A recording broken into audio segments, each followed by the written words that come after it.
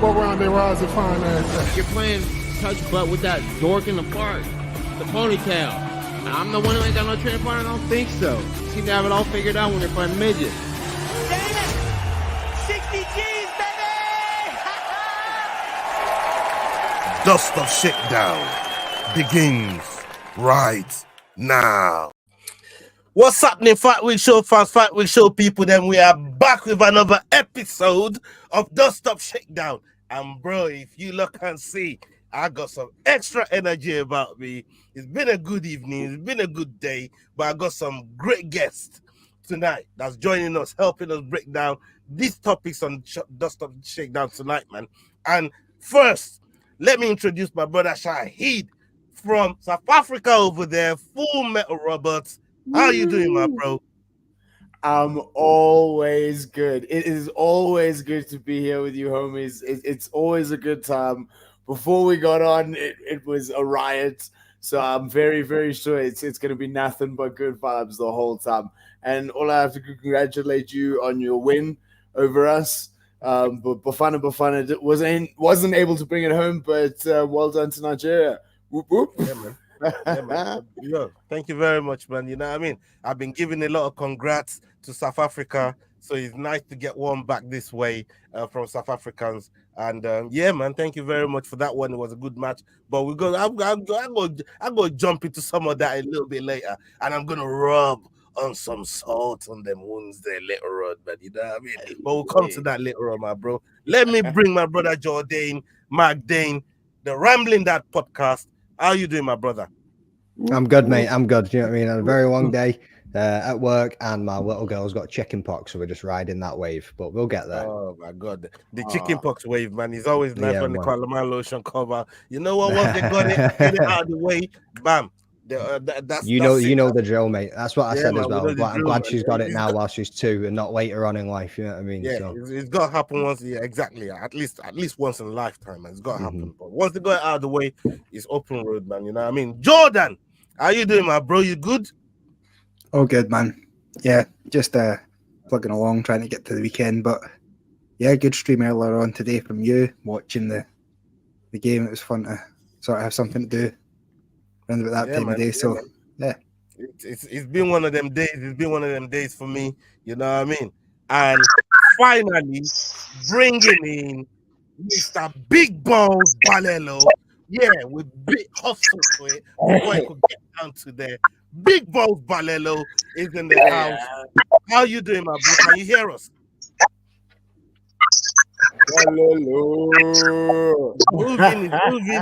He's moving. That's a good sign. Cause he's been. Yeah, I can hear you guys. Can you guys hear me? I've been in here. Can hear you, Tom. How you doing? You good?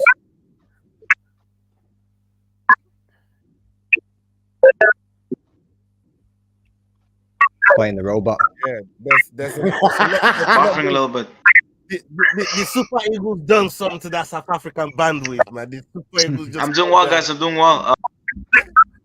I think I'm destroying it here from Joburg side. You know what I'm saying? It's mad that South African bandwidth right now.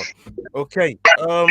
Now that we're done with some of those introduction right there. Bear with me. Now that we're done with all those introductions right there, we got some topics to get into, people.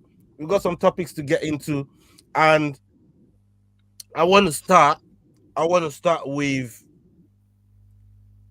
Shahid, right? Yes. Okay. On the topic with Francis Ngannou, right? He's got this crazy fight that we're about to see, and it looks. I want you to speak on the Middle East taking on not just combat sport, but near enough all sports and bringing it over to the Middle East and what they're doing with it, how that affects the fight, what it's going to make from it, and Ngannou really looking to take his shot at AJ. I think it's amazing. Saudi Arabia is doing amazing things. Riyadh, it is going down there. I don't know. I'm practicing here in South Africa. It's getting really hot. So I'm sweating it out and building up a tolerance to make sure I can be in Saudi Arabia for some of these amazing fights one day.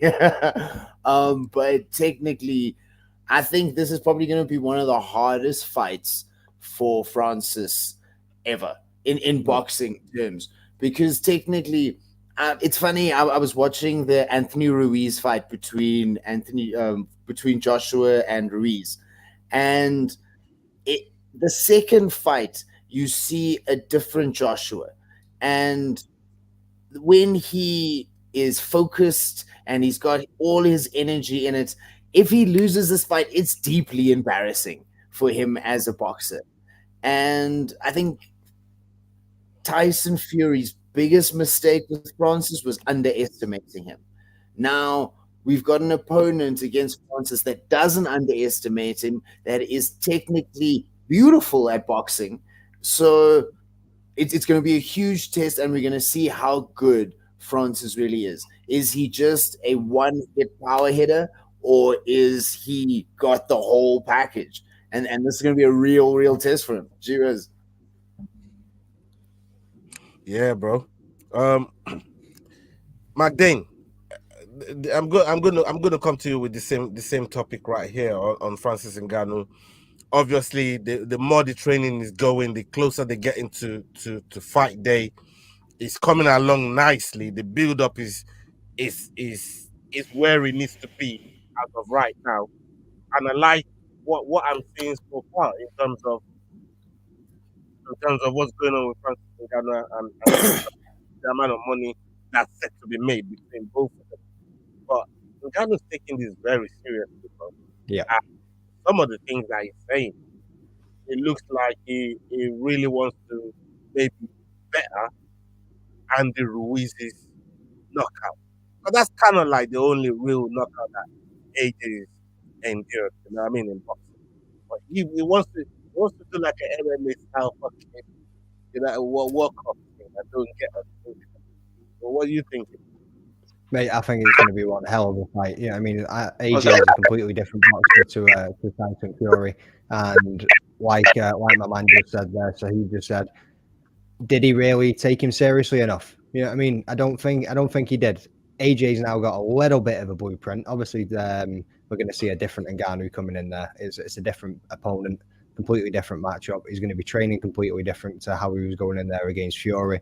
But AJ does now have that slight advantage of going, right, I know what this brother's coming for. I know what he's capable of. And this is how I need to set myself accordingly to be able to get this fight done. You know what I mean? But he's got every chance, like you said. We've seen AJ get knocked out before. We've seen him get cracked before. Like that chin can be touched, and Ngannou's got that death touch. Motherfucker hits like a Ford Escort, for God's sake. You know what I mean? Like, let's see what he can do when he lands, bro. Because he's definitely going to land at some point. He looked phenomenal, and like you say, he's coming for that bag. He's coming for those belts. We've now. I don't know if you're going to be moving on to it, but I think Tyson and Usyk's been rearranged. What's going to happen after that? Mate, the world of boxing right now with the injection of Francis Ngannou is on fire. Yeah, I mean, so it's gonna be an incredible bout. I'm looking forward to it. Yeah, I mean, Jordan. Before I get to the champ, I'm gonna come to you last. But Jordan, when you look at this bout. Okay, Francis is saying a lot, but everybody's kind of they're all backing Francis to win, and rightfully because we're MMA fans, you know. But nobody's giving Joshua this chance. Like, he's still a skilled boxer. He can move around. Make a case for Anthony Joshua for me, and why maybe Francis might be biting way more than he can chew in this situation. I mean, Tyson Fury's a totally different character than Anthony Joshua. I think you could probably, I don't know, you could catch Tyson Fury on any given day and it could be a different fighter each time.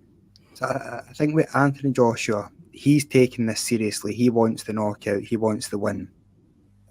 He's going to go in there and try and do a job on Ngannou to prove a point here, and he has the ability to do it. Like, none of us are really sure yet whether Ngannou just had a sort of if Ngannou is that good a boxer or if Fury just had an off night. So Joshua's going to find out because he's going to move forward far more than Fury. He's going to throw far more punches, and I think he's going to go in there and look for the finish. That's how he makes his sort of claim as the number one heavyweight box office attraction at the minute, as he knocks out the guy that nearly beat Fury. So yeah, I think it's going to be a totally different fight from the bell. Okay, people, you guys can see we got some internet problems going on over there with the champ. He's just loading back up, but I want to move away real quick from this topic and ask you, man, about this fight's also getting closer. This fight's getting closer, right? Can Terance, you there? Can you hear us? Can you hear us good?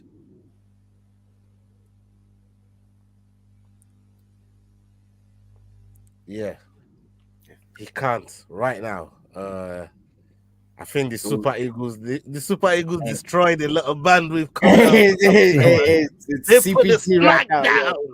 smackdown, the smackdown of penalties on South Africa. How it's affecting the champ over there in South Africa. I said I was going to rub some salt in the wound. Right now. Cape Town's obviously feeling Just it in very case you hard. haven't noticed. Yeah. As soon as they lost some penalties, they're like, that's it. Cut the internet. Cut the internet. Cut it. Switch off the lights. You Switch it all know off. we're supposed to be enjoying free load shedding, free Wi-Fi, free these. The closer you are to Pretoria, it happens when the closer you are to Pretoria, the more energy you get. So I'm actually pretty close to Pretoria. Johannesburg is really close to So Pretoria. if you're in Cape Town or in Joburg, you're fucked. Because Exactly. you're not getting that Pretoria love, yeah? Exactly. That's fucked up. That's fucked up, bro. That's wild, man. I swear, as soon as he won, I got a notification. I showed you guys. I got the notification. I've got the app and everything. Said no load shedding at that. It was insane. That's crazy, man. That's crazy. Let's try this one more time. Let me see. Yeah, it looks like they've got now, man. They've got Terance all locked in good and proper, man. Like, yeah, that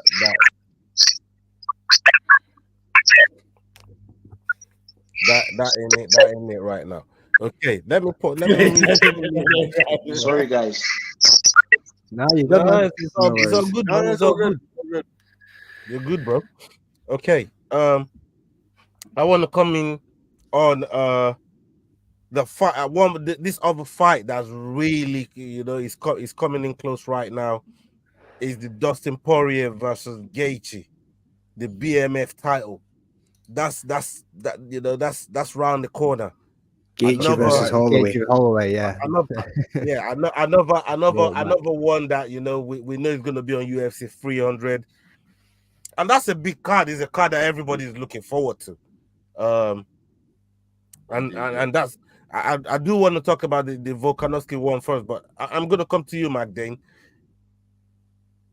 This BMF thing, do you think is something now that if it changes hands, it's going to start getting defended a bit more? Could it even end up in another weight class if they do like a super fight? What do you think? I've made my opinion clear on this BMF belt before. It should have been a one and done. It was a bit of a gimmick kind of a belt. I get it. But it's coming alive, bro. It's not coming alive, bro. They're just up another fucking title fight, bro. You know what I mean? Embrace it, bro. I love Max. I love Justin Gaethje.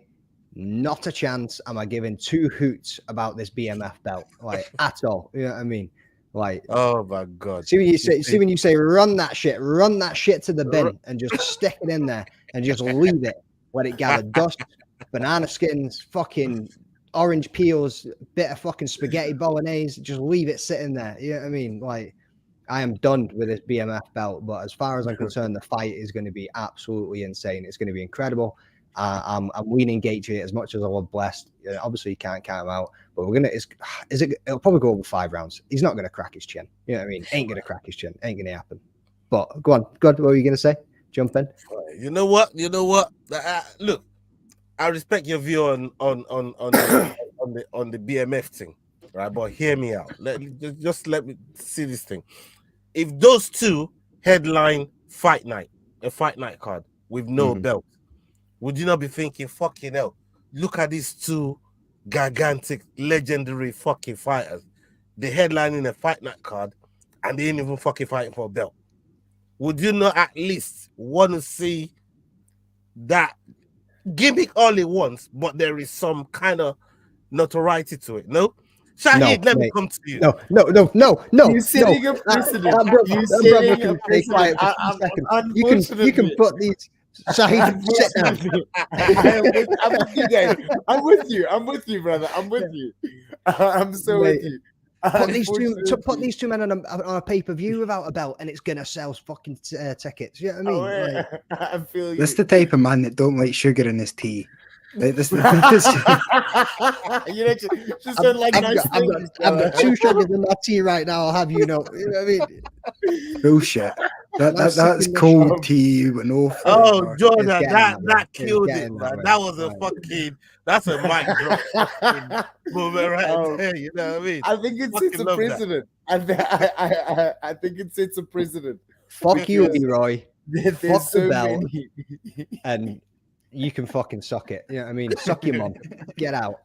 Right, Shahid, talk to me, man. Tell me what you're thinking about this whole shenanigans. Wow. With the BMF. And emotionally, and like, I feel like the belt did something. I feel like The Rock did something to Matt Dane. Like, I don't know. I feel like there's a lot of tension there. But he brought out those offensive shoes. Sorry. So from an unemotional standpoint, I think it sets a precedent because we've got these 2 amazing fighters, right? So does it get defended or does it just get put into like the next category? So Max and Gaethje fight, Gaethje wins or Max wins, and then they just hand it over to the next like huge fight. So like it could be Dricus versus Israel because that's going to be a badass fight. Or it's just like, where do we set the line of precedence? Because could Conor McGregor come in and instantly fight for the BMF? It's like, is it a popularity thing? Is it what is the criteria? There's too many questions in my mind for it. I can't I'm basically malfunctioning. I can't even like logistically. I just want to put it into. I can't.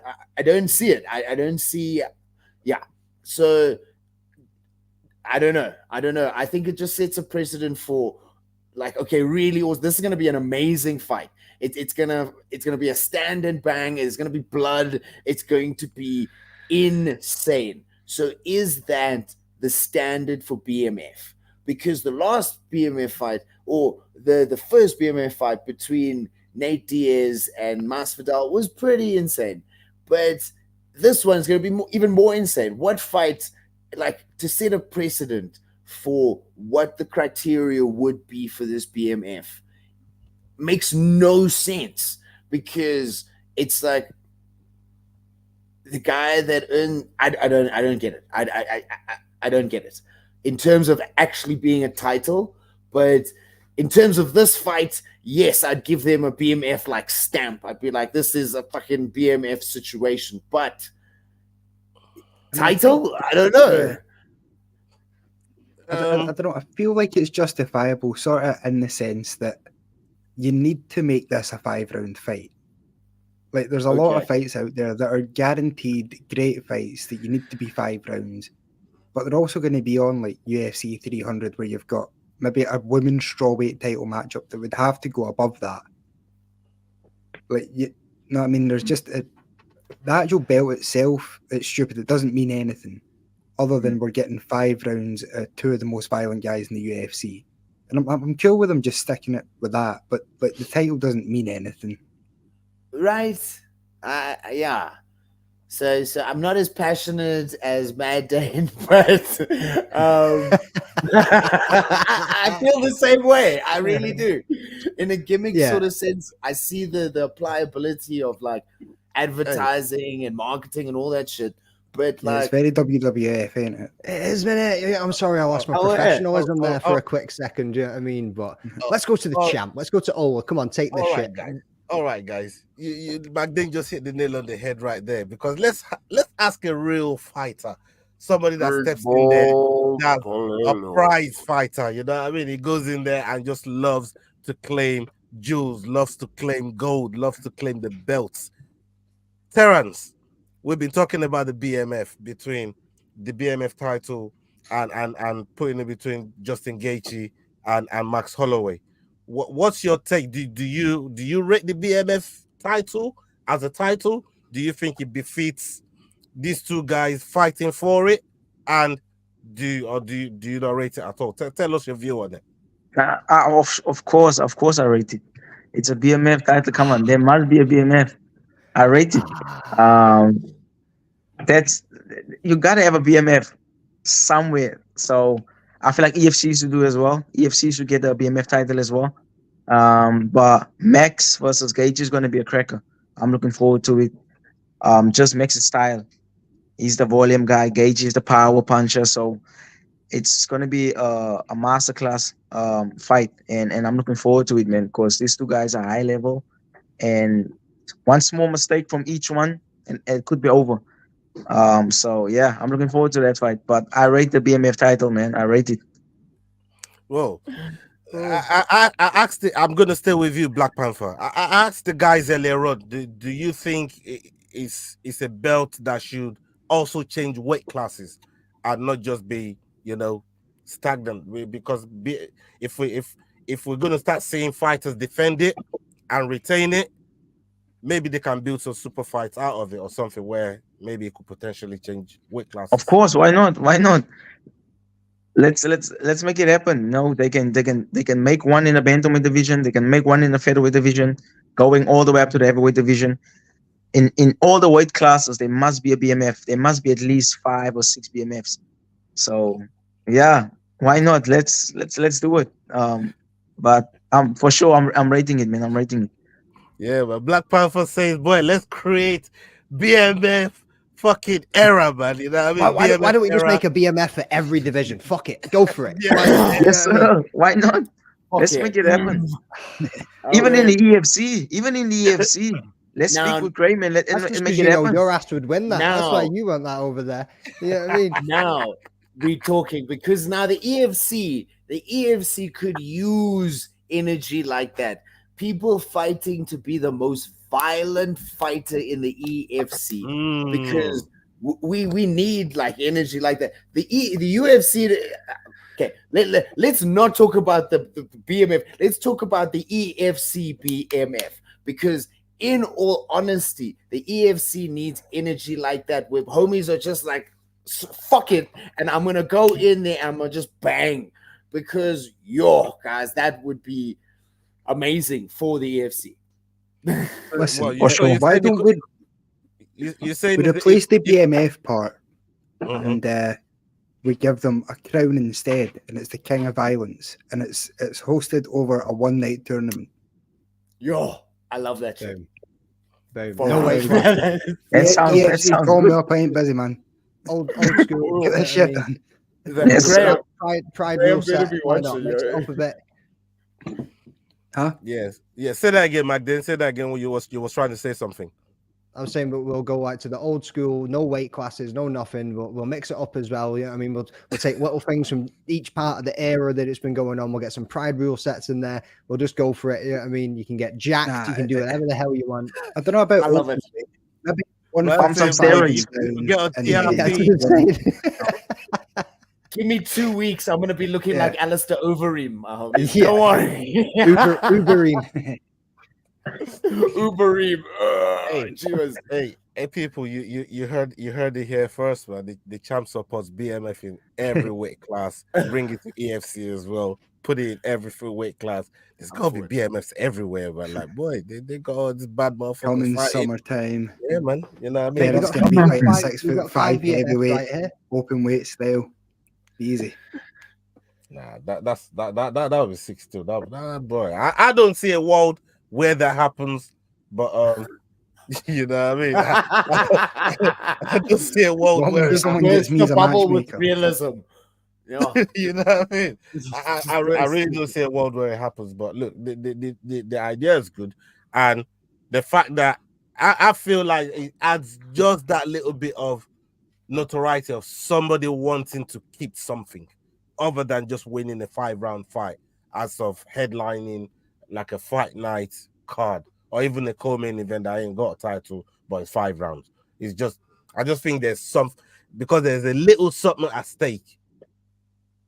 They all want it for whatever reason. Masvidal made it popular, you know what I mean? So maybe there's something to it. I don't know. But I remember when Usman was fucking fighting Masvidal, he was asking for that fucking belt. He's like, put that fucking belt on the line. I'm putting mine on the line. Put your shit on the line. Whatever it is, I don't care if it's a pair of shoes. Put it on the line. You know, that's what he was saying. I remember some of his interviews. He was asking my man to put it on the line. Like, boy, I want that BMF too. You know, I remember pint slips, man. You can't just start requesting shit. It was a title fight. Wonder Boy was requesting that too. That one too was like, you know what? Fuck the BMF. Let's make it NMF. Nicest motherfuckers. You know what I mean? He's one of them. That's now, wonderful. Now Terance Balelo is gonna be like, yeah, let's make all the NMFs in all the divisions. Bring it to EST as well. You know, I'm the villain. I'm the villain. What if there's a belt though? Would you change? Oh my god, yeah, man, yeah, Hey, man, yeah, man, Big Bulls can't be a good guy. You know what I'm saying? Big you- Bulls be taking the ladies. Big Bulls be doing the things, taking the titles. No walking comment, in guys. on No 10 comment. hours notice. You know what I'm saying? Look at that smile, mate. I don't think he's got. He's trying to get me in trouble. You know what I mean? He's trying to get me in trouble. You're I earning know that the name, homies man. from Cape Town. I know how the homies roll in Cape Town. So hey, you know what I'm saying? That's why his stream was struggling a minute ago. He had too many women trying to get through to him on his phone, and it was like It's a network, guys. It's a network. You should have seen as soon as he was coming out. I don't even know. Like the hottest ring girl was just like up in the grill. Your homie was trying. I was walking in. I was like, "Hey, how you?" Ooh, she just went right past me to the champion. You know what I'm saying? Gold sells, baby. Terence is too scared to say it because McDane looks like a police officer up in the corner. I know, mate. I know. You better watch him. You better watch your mouth, T, man. I'm writing everything down, and what you say will be held against you, brother. Hey, Terance, you're really earning that name, Big Balls Balelo. Triple B, bro. The first time I heard that, I was like, what's going on? Big Balls Balelos. And I was just like, everyone started calling me it back home. I was like, oh, I gotta take it now. It's gonna sting now. Now it's gonna sting. You got to take it. Make sure it's on your next fight card. We've beaten Hotso Ramapo to saying it live, but I'm sure he's gonna deliver it better when he goes on the fight card and he announces it as I'd like to Terance take credit. Big Balls Balelo. Shout out to the head kick part. I have to take credit. I have to take full credit for that nickname. Thank you very much. Like I said, you gotta take it, man. You gotta take it. So hey, bro, the man's got gold. I've got the nickname. It's all good, baby. Yeah, bro, for real. Look, Terance, let me ask you. Let me stay with you here, Terance, because you've seen a lot of what's going on in your promotion, and you see what's going on in the EFC. There's a title fight that's just been announced between your former opponent, the current flyweight champion in the EFC, Gift Daywalker, and he's up there fighting Zulu, a man that you've also wanted a shot at for quite some time. Now that you've seen what's going on in your division, to me, it's been to UAE. It potentially could be looking for a fight. What's the landscape looking for you with all the available fights that's not available for you to get back to the champion and fight for either unifying the bantamweight or having another shot at Gift Walker? So for me, it's I might fight soon. So I don't want to blow it up now. So I might fight soon. That might be end of this month. Different organization. So as soon as I get news, I'll let you guys up about it. And after that, I'm gonna head straight up to Joburg, and whoever wins, give Zulu. I'll step in a cage and face off with either one of those guys, and cement myself as the next opponent for the flyweight strap. And if if whoever wins, give Zulu gets injured or something, I'm gonna stay busy. I'm gonna stay busy and and just yeah. I want big fights this year. I want Zulu Boy this year. I want Gift this year, and that's the big fights I want this year. I gotta correct the mistakes I made, and I gotta take over the flyweight division, like I said I'm gonna do, and I'm gonna do it, and I'm gonna beat Zulu Boy as well at bantamweight. Doesn't matter flyweight, bantamweight, doesn't matter. I want to fight Zulu Boy. That's the one fight it gets me out of bed, man. Even now, I'm not even fighting him now, but I'm out of bed, man. I'm out here grinding, just visualizing myself going out there and facing this OG that's been calling my name this whole time, you know. So he's gonna have to fight me. He can't run, man. He's gonna have to fight me, both of them. Don't even mention Tumelo. Don't even mention Tumelo. Don't even mention him. But you're the interim bantamweight champion now. With being in the bantamweight, are you looking at the bantamweight division at all, or are you is it just flyweight for you? Because there's some very interesting bantamweight fights, and the way you fought against Musa, it showed that you're not too small for bantam. It could be a good weight class for you, and you are the champion of, whether it be the interim or the champ, whatever, you are the bantamweight champion, bantamweight interim champion. So is there any fights in the bantamweight that you're looking at? Maybe a Sylvester? What are you feeling? Is it a non-thought for you at the moment, or are you just looking at the flyweight division? What's up? The thing is this, you guys know Faiz. You guys know Faiz, the troublemaker is my boy. He's my teammate. That's his division. So like I told you guys, when the call came in 10 hours notice, the first person we called was Faiz. We asked Faiz, did he call you as well? And he said they called him, and he said he's not going to take that fight. It's too short notice, and his weight was heavy also. And I said, okay, cool. And he told me, I'm giving you the blessings because I've been a champ already. It's time for you to correct the mistake you made and go out there and be great and become a world champion, whether it's the flyweight division or bantamweight division. And that's Faiz's division. And I even told Musa also in the cage, listen, this is not my division. I just came out here to save the card and show that I got balls. Like they say, big balls, Balelo. So yeah, show them I got balls. And just prove some doubters wrong, man. And some haters. And show them that they say I ain't got no jiu-jitsu. Show them that I got ground game. And I just didn't trust my ground game as much as I should have in that first fight against Gift. But what are they gonna say now? What are they gonna say now? I'm coming for all of these guys. I'm just saying, man, I'm coming for all of them. But the flyweight division is my division. That's where I shine, and that's where I take over. The bantamweight is Faiz's division. I don't. The only guy I would fight at bantamweight would be Zulu Boy. That's for sure. Rambling that, do you got something for Black Panther? Have I got something for him? We're all behind you, brother, and we're waiting for you to get back in there, rectify what went wrong. You know what I mean? Like it was one of those slight mistakes, but mate, we're all behind you 100%, and we can't wait to see what you're going to do this year. I already DM'd you at the start of the year, give you all the New Year blessings and everything, and said it to you myself. Yeah, I mean, mate, can't wait to see what you get up to. Appreciate it, brother. Appreciate it. I'm gonna be flyweight champion by this year, guys. I can guarantee you guys, before this year ends, I'm gonna be a flyweight champion. Mark my words. Okay. Jordan, you want to chime in on that?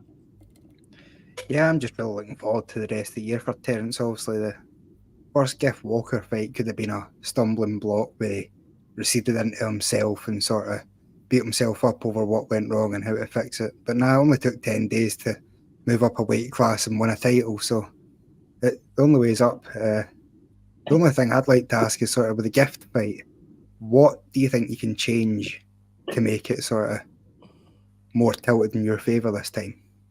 It's a good question.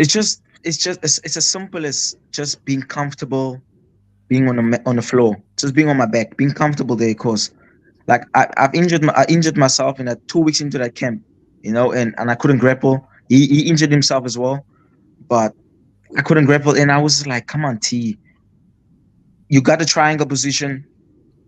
I have one of the best triangles in the gym, and I catch the guys with the triangles all the time. Why not catch him?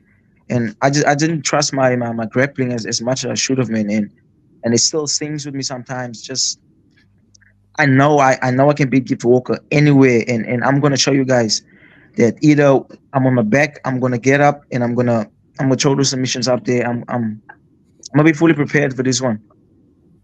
And just one more. Obviously, Adrix has just won the World Championship. You hear a lot about UFC looking to come to Africa. Is it playing in the back of your mind that maybe the Contender Series or outright the UFC might be popping around looking for some South African fighters?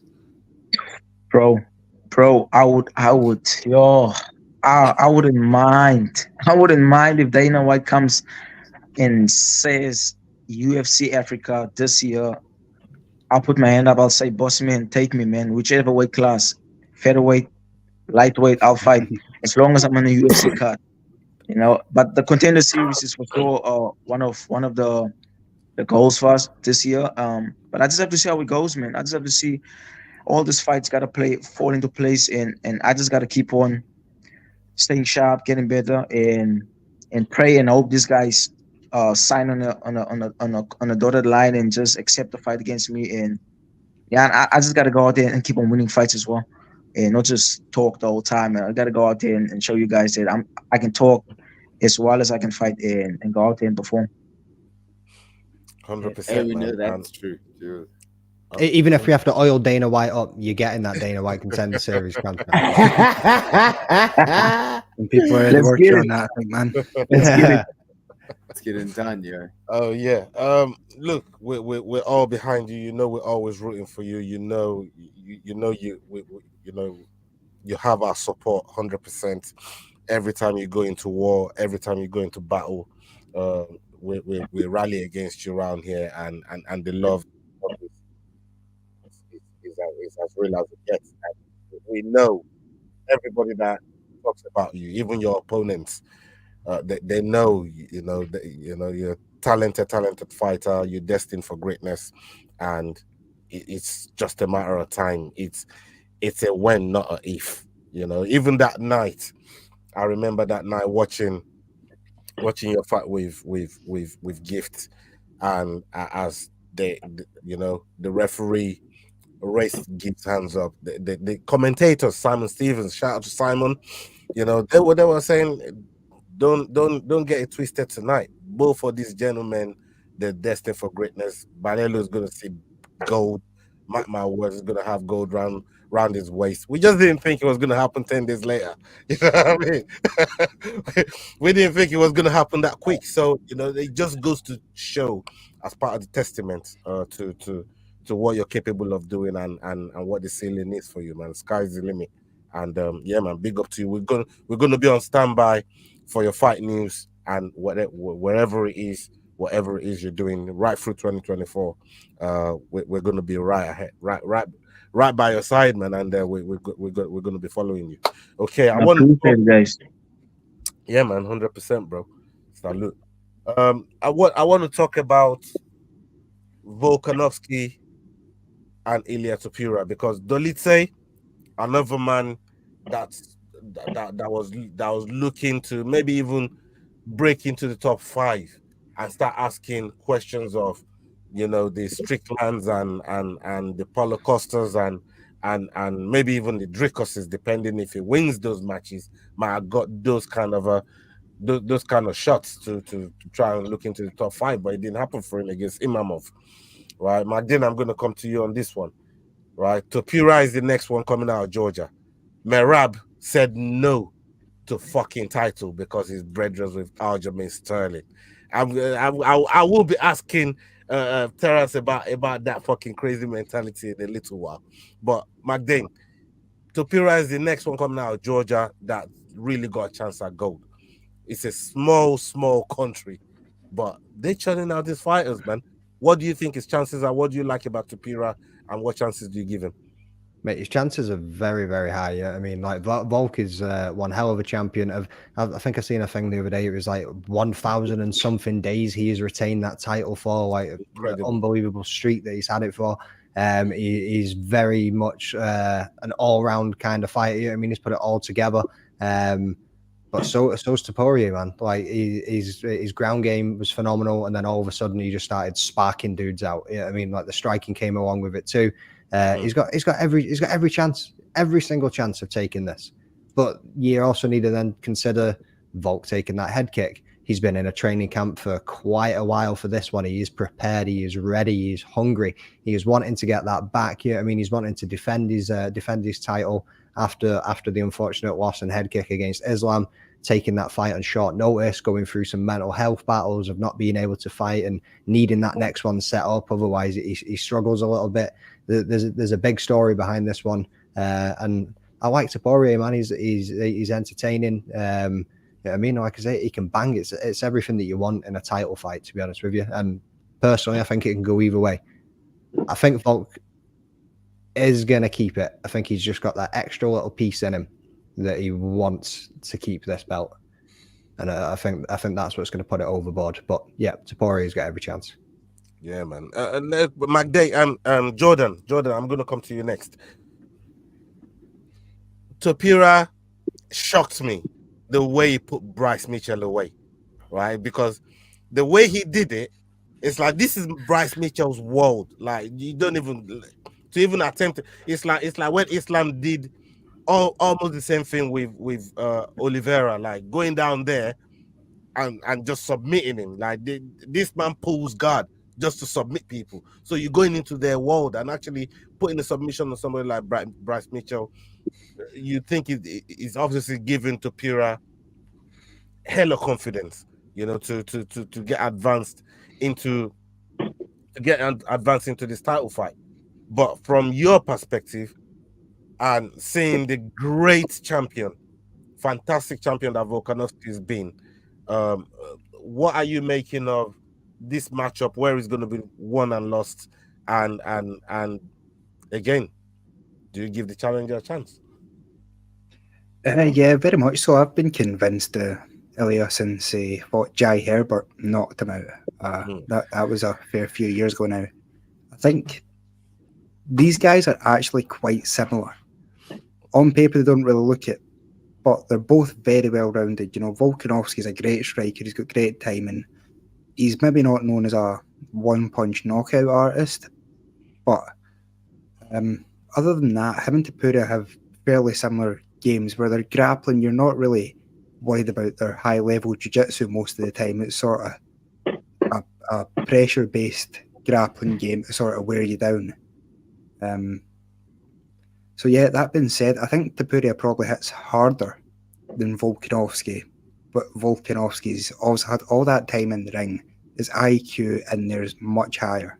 So I'm leaning about 60-40 Volkanovski, but I think it's probably going to be one of his harder fights in one of his closer matchups. Okay.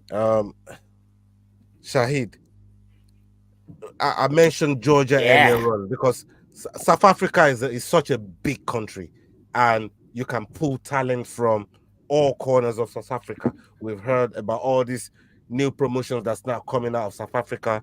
Apart from the EFC, there's other, you know, promotions that are now coming out of South Africa and they're trying to do big things and match sort of what EFC's got going on.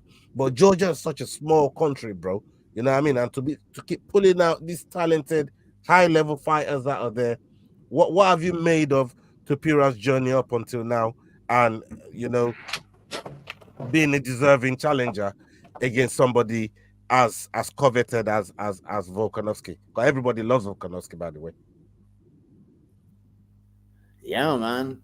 I think Topuria, he came in the first big news I saw about Taporio was his interaction with Paddy. That, and then I was like, who is this guy?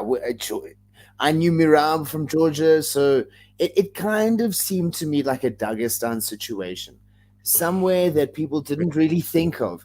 That these homies are training hard, and when there's only like 5 guys in the village, you pushing each other around. You can't be the weakest homie.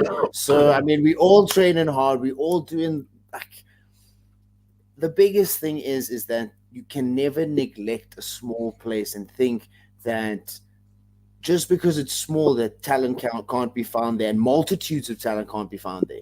So I think the credit to Georgia in having these two awesome representatives, Taporia and Mirab, and the way their camaraderie, it creates an awesome energy. Like being in enemy territory, being two brothers looking at each other and saying, we're going to take over. We're going to take over everything. And nobody thinks we can because we come from this really small place and everybody doubts us. And almost that energy fuels somebody to just disprove everybody. And he has been. I mean, I know a lot of people that would never think he would have achieved the heights he has. And what he did to Bryce Mitchell, he deserves to be here. He's a very deserving challenger. But my biggest problem with this whole fight is I truly believe that Taporia will be the champion at the end, and it will be a case of Volk losing the fight more than Taporia winning the fight, because I feel like he's in a very weird headspace, being the champion for so long, feeling losses, but still being a champion, having such a devastating loss.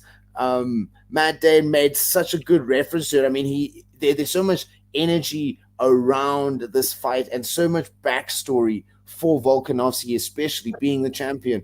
And I think that expectation might be too much pressure. It might be too much. Everybody kind of expected him to beat Islam. And when he lost so devastatingly, it was emotionally trying for him. So I think Taporia takes it, but only because Volkanovski loses the fight rather than Taporia winning the fight, if that makes sense. Yeah, it makes sense. It makes sense. You know, we're all fight fans, and I totally get exactly where you're coming from. But let me come to Black Panther here. I mean, Volkanovski is done so much for his division. He's almost carried that division on his back since the first time he set eyes on Max Holloway and say, listen, bro, I'm coming to run this division. He dealt with him 3 times and made it a situation where it's not even a conversation anymore to talk about Max Holloway and Volkanovski. And some of the other challengers in Brian Ortega, Yair Rodriguez, you just look at some of the fighters, Korean Zombie, people that he beats the crap out of a lot of these fighters, right? But he did for greatness. I wanted to see somebody like Islam. Where do you rank his bravery, the way he's carried himself as a champion and run the division, and what chance do you give him in this fight? So everyone says it, man. Folks, how can I say? His bravery for me, it's different level because to take a fight against Islam on 12 days or 10 days notice, come on, that's how can I say? Levels, yeah.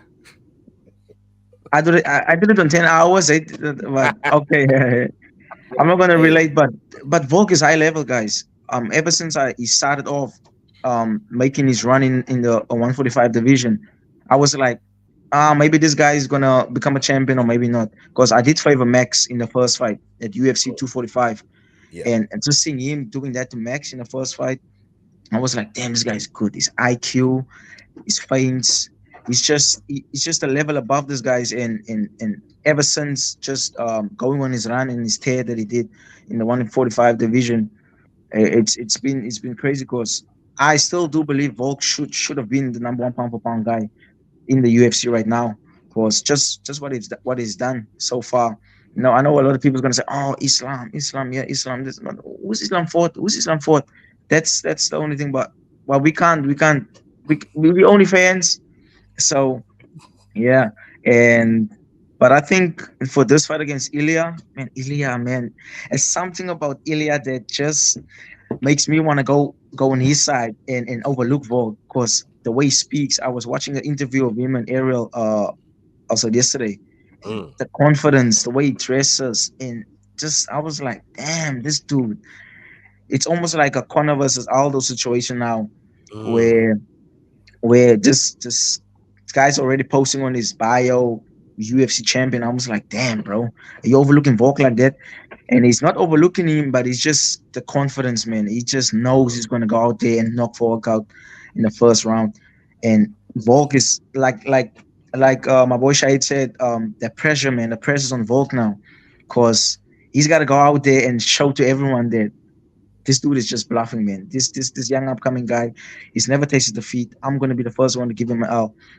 And it's a 50-50 thing for me now at the moment. But let's see how fight weeks go because I love to look at the fight week and see how the thing go in the fight week, the press conferences and the face offs and the Yeah. weigh-ins, obviously, and the walkouts. And let's see if Volk is really gonna go out there and just silence everyone like he did before, or is Ilya gonna go out there and just do what he says he's gonna do and go out and knock Volk out in the first round and make it happen. So it's a 50-50 for me at the moment. So my head is still all over the place with that one. Yeah, man. Yeah, man. And as it should be because it's an exciting fight, and you got to look at the pros and cons. They both got ways to win this fight, and it's going to be an exciting main event. But I'm going to stick with you, Terence, really, really quickly. There's this thing with Merab and Sterling, and from a fighter's point of view, because we're just fans and we're thinking, what, you get a chance to go and get a title, you should go for it, and we just want to see a fight and all the other stuff that goes with it.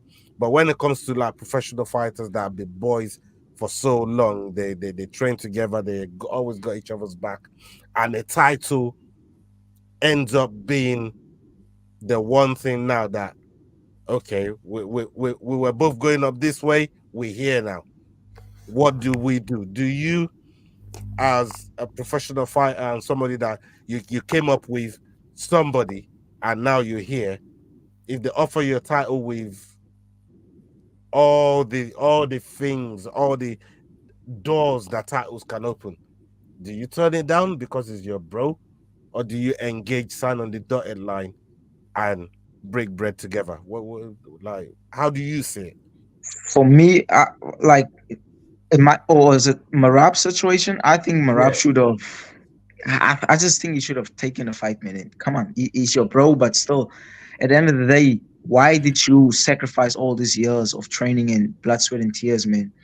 Coming from like a small country, like you guys said, and struggle all your way to get to here and beating all those guys and putting in that work. Even though I feel like Marab smoked Sterling in the gym. I feel like that's a thing also. That's why he didn't take the fight. That's why Marab didn't take the fight because he's scared he's gonna come on. It's you bros, go backstage, talk it out, and just negotiate. Like, listen, we're both gonna make a big paychecks here, so let's just give it our all. Whoever wins, wins. But we're still gonna be boys afterwards. I feel like Marab should have taken a fight, and now he's gonna have to fight Henry. Who knows when he's gonna get a title shot? Because Sean O'Malley's looking at Ilya if Ilya wins.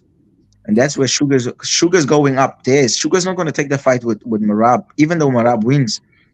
Sugar's going to go for Ilya if Ilya wins.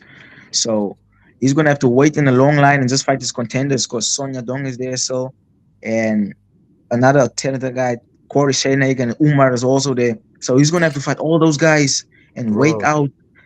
No, you see what I'm saying? He should have taken the fight against Sterling, and he could have probably changed his whole life now. But he's sorted. You can see the guys are sorted. They in a white position. So yeah, but it is what it is. For me, I would have sat down with my coaches and my team and with my bro and be like, hey, dog, I've been working my ass off for years. You know the struggle. I'm starving for this, man. I'm just out here doing the same thing that you do. trying to make my life better, my family, and just make that dough, man.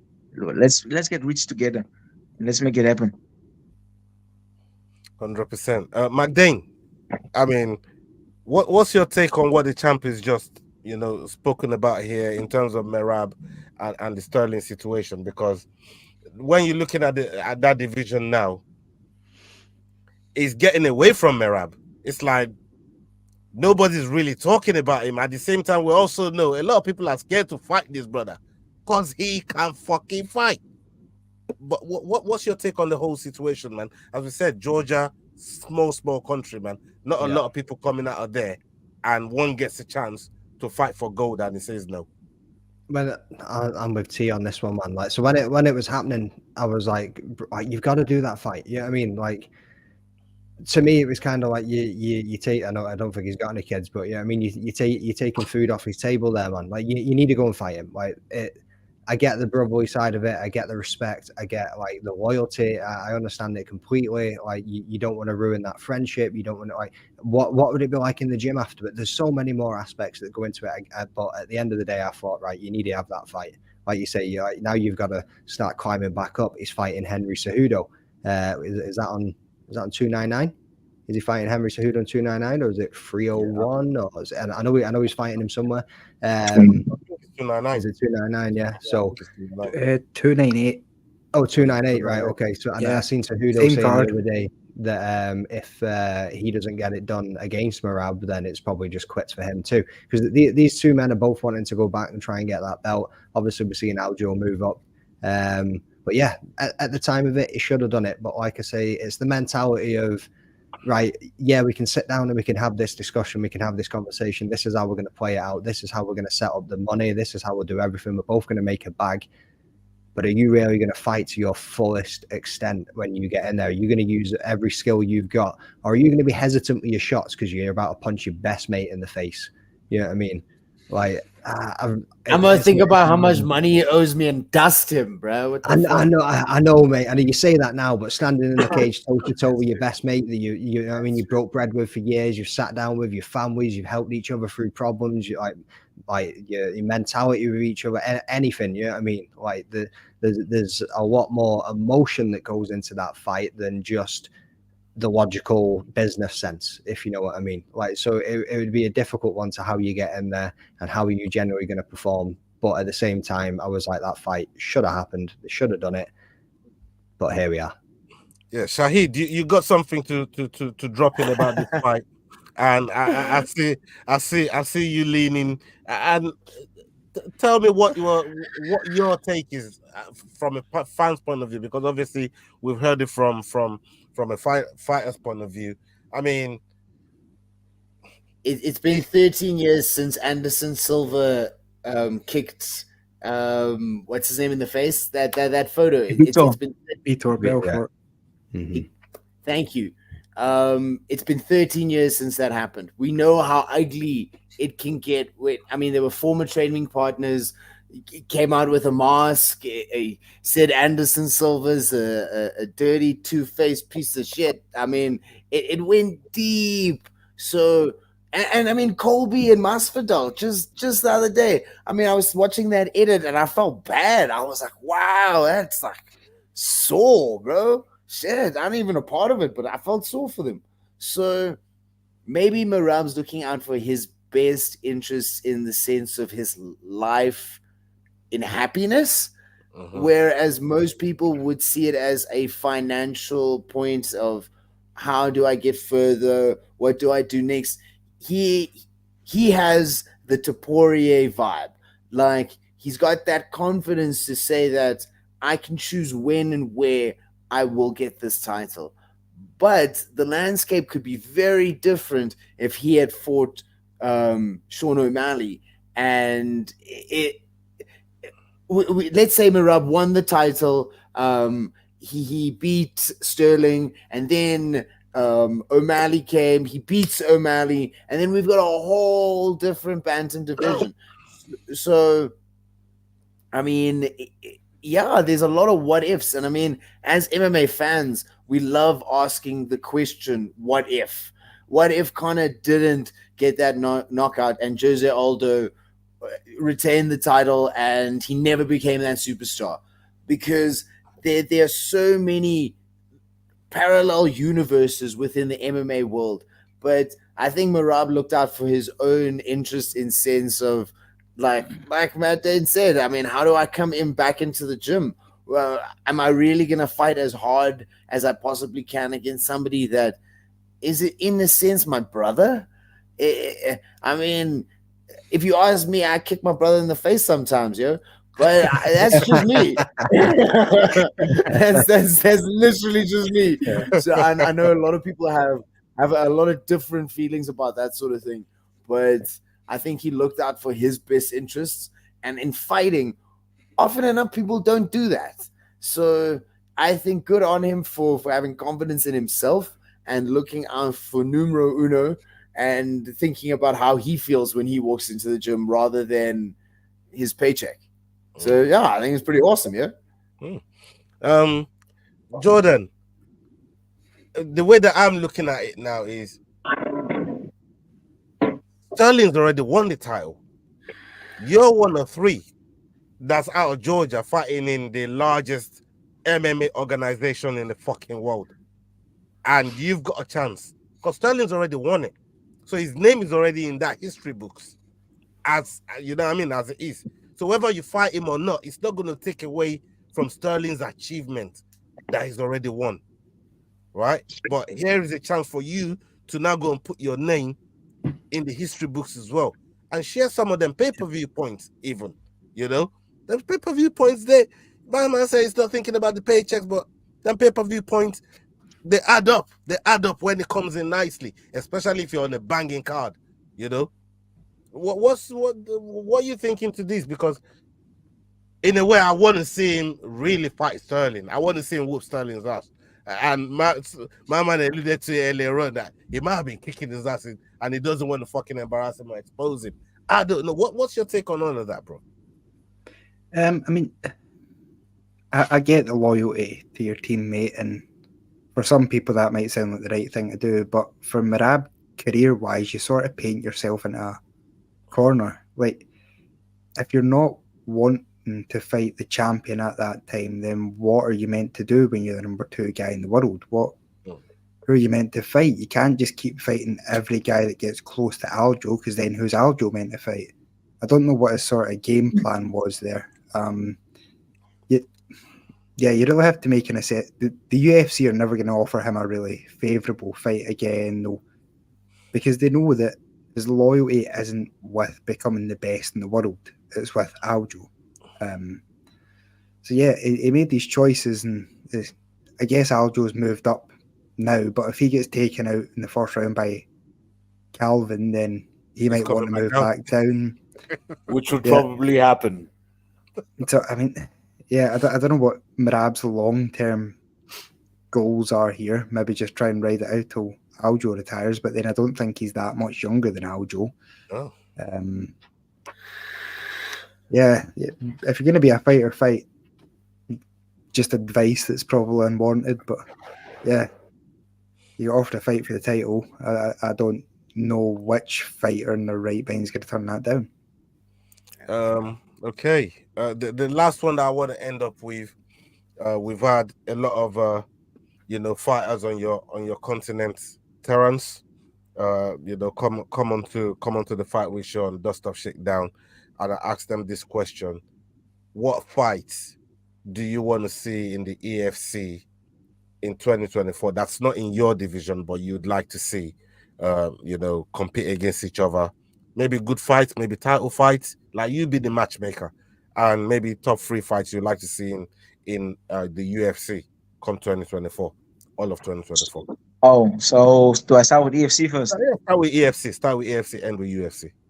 Okay, so for this year EFC bantamweight, I would say I would love to see my boy Faiz get a crack at either JP Base, because the UFC cut him. So if he feels like he want to come back into the EFC, I feel like that would be a nice matchup for Faiz, because now they have some history there as well. And obviously who's there still? Nicholas Wende. If he's still with the EFC, I would love to see him fight either Sindile or Chifumbu. That's Ndile one. Mangela. Yeah, Yeah. that's one of the matchups. And the last but not least, I would love to see what's the dude's name? Is it Shedrick, the big boy, the middleweight? Big Shad. Big Yeah, Shad. I would love to see him get a title shot. I would love to see him fight for the belt this year as well. So Yeah, man. that's a 3 matchups in the EFC for me. And the UFC, it's tough. I would love to see Dricus versus Easy. That's the one I want to see. Conor At versus live.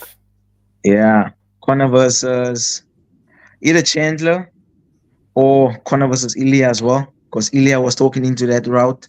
Let's see if that happens. And the Sugar versus Ilya at 145 for that strap. Yeah, man. Big up the rats as they infesting the house right here we now. go. Lee gonna raid as usual. Lee Showing Ghana. love. He's been showing love all day to the Fight Week show, and we was talking about you earlier on when it came onto the South African stream. Let's end on the South African stream, all right? Bafana, Super Eagles. They went they went to war today. Big up to all the rats that's raiding the fucking stream right now. Salute to all of you, man. As you're rolling in, please hit that like button. I see you, CJ, brother. Big up, my bro. Salute to all of you, man. I see every single one of you, man. Big love. Right. Nigeria and South Africa today. You guys been heavily motivated throughout this competition. You got to the semis. What did you make of the game? That game was crazy. But talk to me about it, Terance. So it was crazy, man. I actually watched it and I was like, and my coach's son called me and he was like, "Yo, Terence, where you?" I was like, I'm downstairs, and he was like, "Come up, we're watching the game now, and Bafana is gonna lose 1-0." And I told him, Bafana's gonna score. They're gonna draw 1-1, and they're gonna go to extra time, and they're gonna win a penalty shootout. And we didn't. And the guys were missing good shots, and I was like, "Yo, Williams, what's wrong, man? Last week you were on fire." And he wasn't feeling himself. I was like, "Come on." But they did their best, man. I'm proud of them because I really wanted to see them shine and just be that underdogs. Shout out Lee and the underdog story, and just come out there and be victorious once again for South Africa. You know, Drinkers did it, Springboks did it, Bafana did it. Big shout out. How would that been? It would have been amazing for South Africa, man.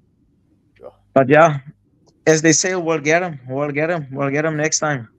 Yeah, we get them next time. I mean, hey, today wasn't your day, and when I did the stream to it, and I thought to myself, you guys had the better chances in the game. When you watch the balance of play, I thought South Africa played fantastic.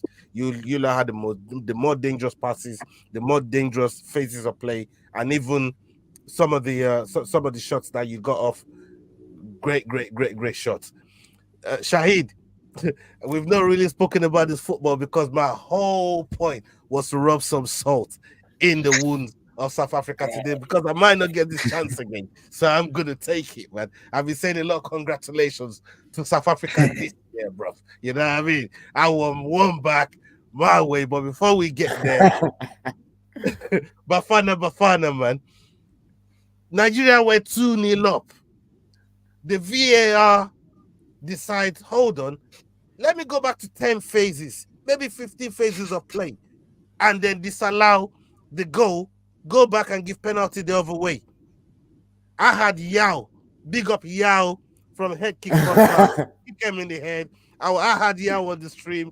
Big up J1 as well. J1 was watching with us.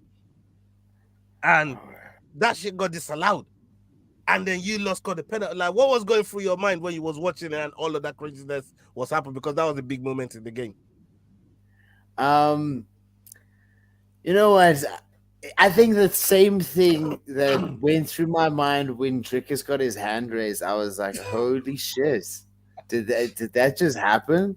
Like, holy shit, somebody be rubbing them bones really flipping hard somewhere. Somebody got that shit out and they be like, oh, South Africa, we got something. We need it, baby. We need electricity. We need good politics. We need water. We need it. So somebody's rubbing the bones hard for South Africa, because I thought the exact same thing. When that happened, I thought the exact same thing when Drickus got his hand raised. I was like, holy shit, did that really just happen? But then we went to penalty shootouts, and then, hey, guys, then our dreams were dashed by the Eagles, man. Just swooped in, shoop, and that just took it away from us. Thanks, Ola. It's actually all your fault that we lost. Yeah. I paid the juju, man. I paid the juju, man. You know what I mean? They did some good. You was had it this time. You was had it this time.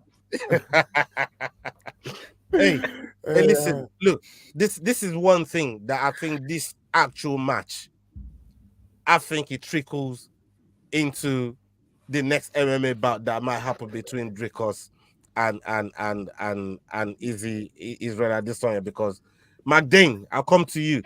The rivalry continues, because just when you think maybe it might get shut down here to the fight, it looks like Nigeria's got one back on South Africa now and something to build on, especially when we know these two fighters are now kind of squashing that race beef a little bit. But we're going to need something to talk about in the build-up when that fight comes together. What do you think? Yeah, mate. I think you're bang on the money with that. Yeah, I mean, it comes right back to it and brings it back to the nationality and everything, and maybe kickstart some shit again. You know what I mean? But at the same time, a lot of people are talking about that UFC 300 card being Dricus and Izzy rather than bringing it to Africa, which I think would be a damn shame.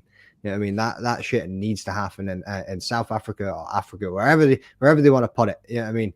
It has to happen over there. Like, I don't think they can put that on the UFC 300 card, but it's definitely going to bring something back. And I would just like to say, I think South Africa got a taste of what England have gone through for many years.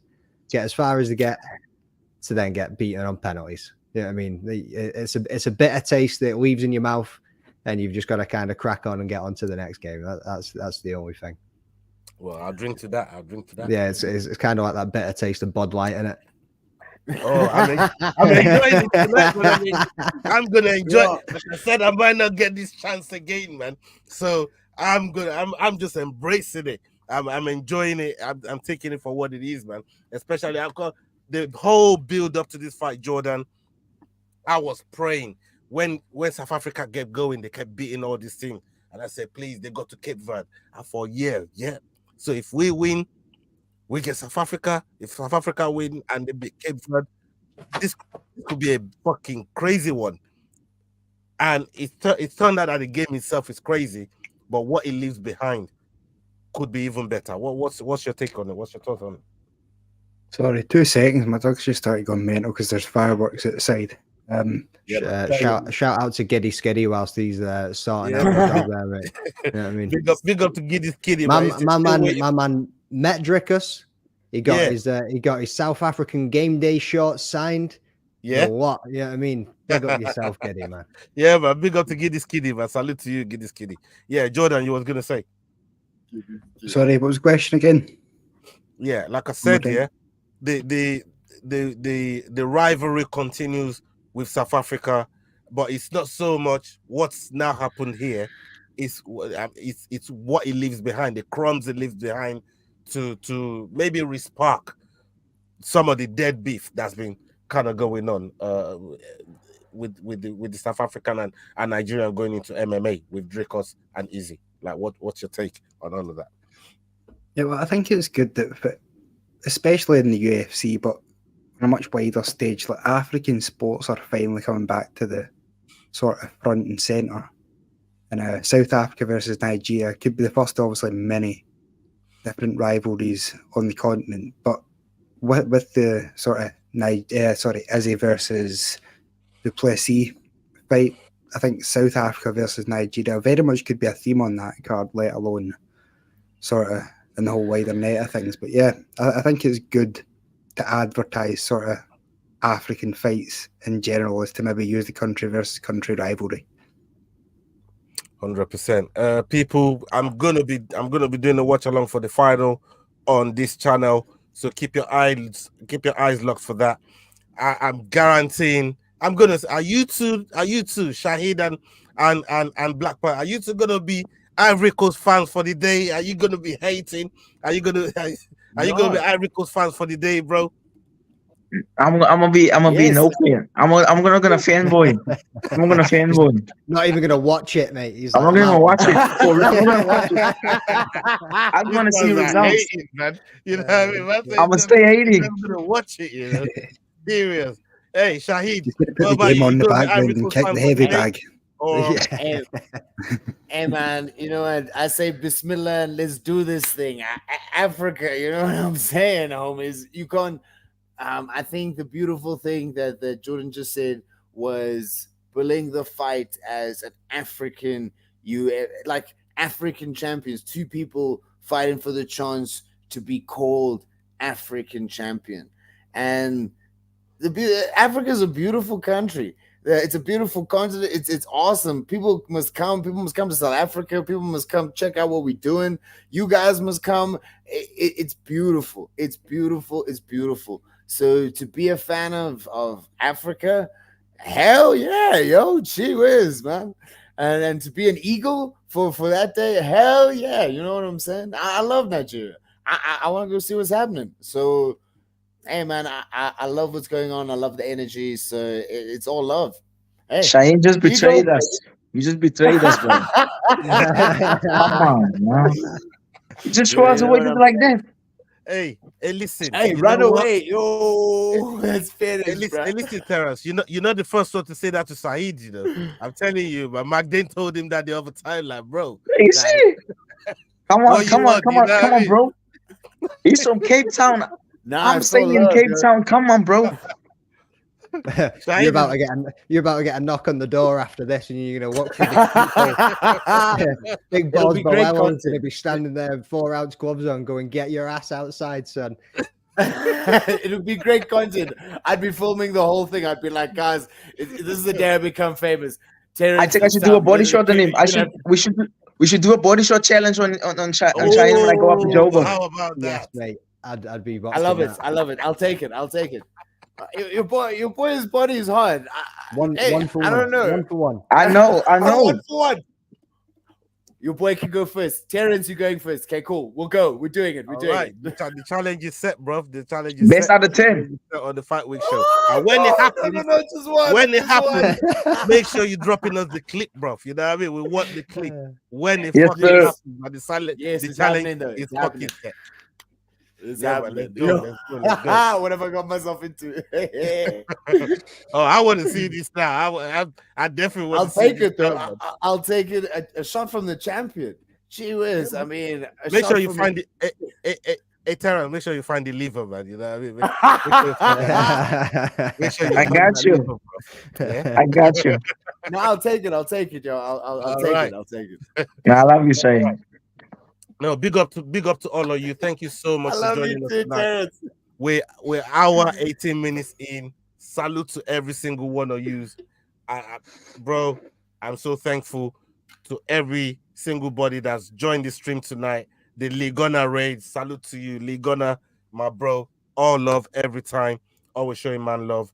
And we got prediction show coming up at the end of this week. Make sure you're joining us for that prediction show as we predict on our next card. Magdane, who's the king? Leading on the leaderboard this week. Yeah, He's buddy. doing the mad thing. I don't know where, bro. He just turned up and just took over. So big up Magdane. Congratulations to you. And Magdane also won. He had a good week. He also won some John Jones gloves as well, John Jones signed gloves. Thanks for that fire, bro. You've had a really good week, my brother. You've had a really good week. Yeah, Respect, bro. Respect. It's all downhill from here, boys. I don't say that shit. Play the lotto, man. What you talking about? Play. Say it like it is, Magdane. That's it. So congratulations to you, my brother. Spin that luck, bro. Big up to everybody that showed love, everybody that's hit the like button, subscribe button, everybody that's supporting the channel. I fucking love you guys. Salute to every single one of you. And up onto the next video, people. We're out. Salute. Big love. Boom.